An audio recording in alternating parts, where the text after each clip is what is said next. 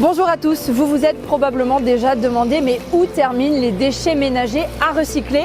Ici, à l'écopôle de la Semine, les déchets qui viennent de Haute-Savoie et de l'Ain, visite guidée.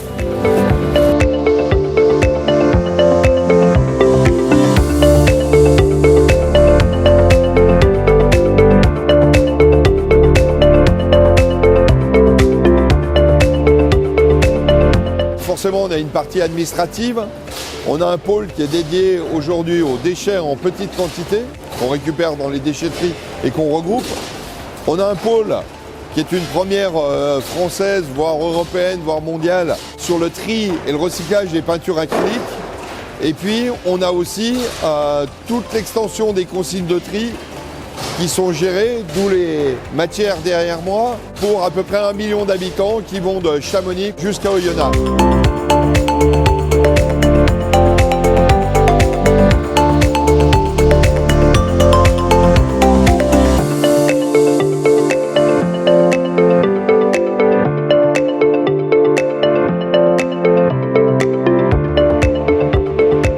Tous les déchets vont être déchargés ici et on va alimenter le process qui va être en charge du tri avec la trémie d'alimentation derrière nous.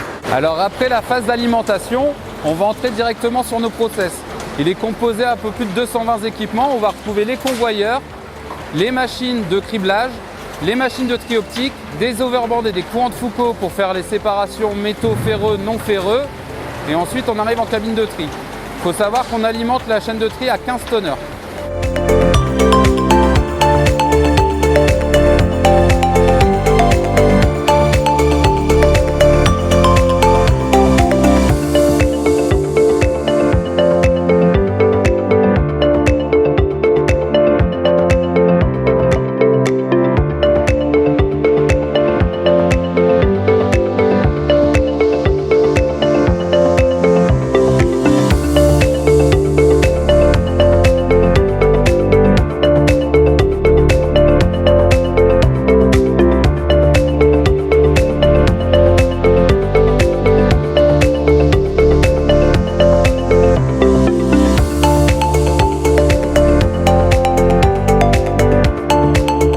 Trouver tout type d'objets, ça peut aller de la batterie de voiture au sac à main qui tombe dans les bacs de recyclage, aux luges, au ski, parce que le geste du citoyen de base n'est pas respecté.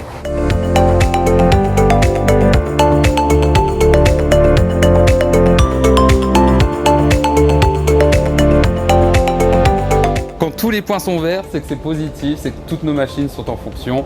Et quand on a un défaut, on va avoir la machine qui se met en rouge et un retour de l'alarme.